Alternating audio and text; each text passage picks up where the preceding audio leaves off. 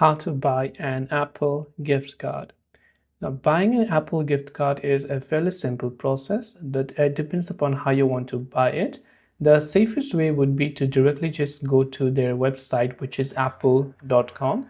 And once you go to apple.com, here you'll find from the top a menu called Store. So just go to the Store option. Now, when we come to Store, right under Store, you can see different products. You can simply look for the one that says Apple gift card on the right hand side and then click on it.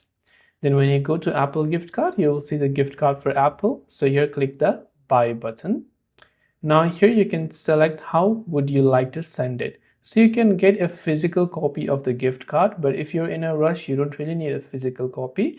You can select email instead of the normal mail delivery system. So email means that on the email that you provided, you will receive a gift card code, right? So that's how you verify. So once you select email, you can choose a design for your gift card. Since this is just digital or physical, depending on what you want.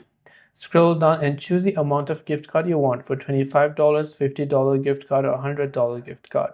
You can also enter a custom amount if you want to select other amount and just type them over here. Once you've typed in the amount, scroll down and select who's it for. Select the recipient name. If it's yourself, select your name. If it's someone else, select their name.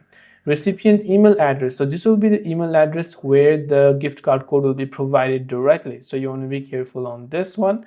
And then who's it from, right over here. And here also you want to type the sender, which means the gift card from where you would like to have the email address sent. If you want to add other personalized messages, you can do that, and now you can hit the select button. Once you do so, you'll be able to purchase the Apple gift card.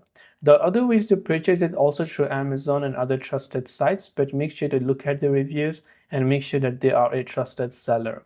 So I hope the video helped you out, and if you have any questions, feel free to leave them down below. Thank you for watching and see you soon in the next video.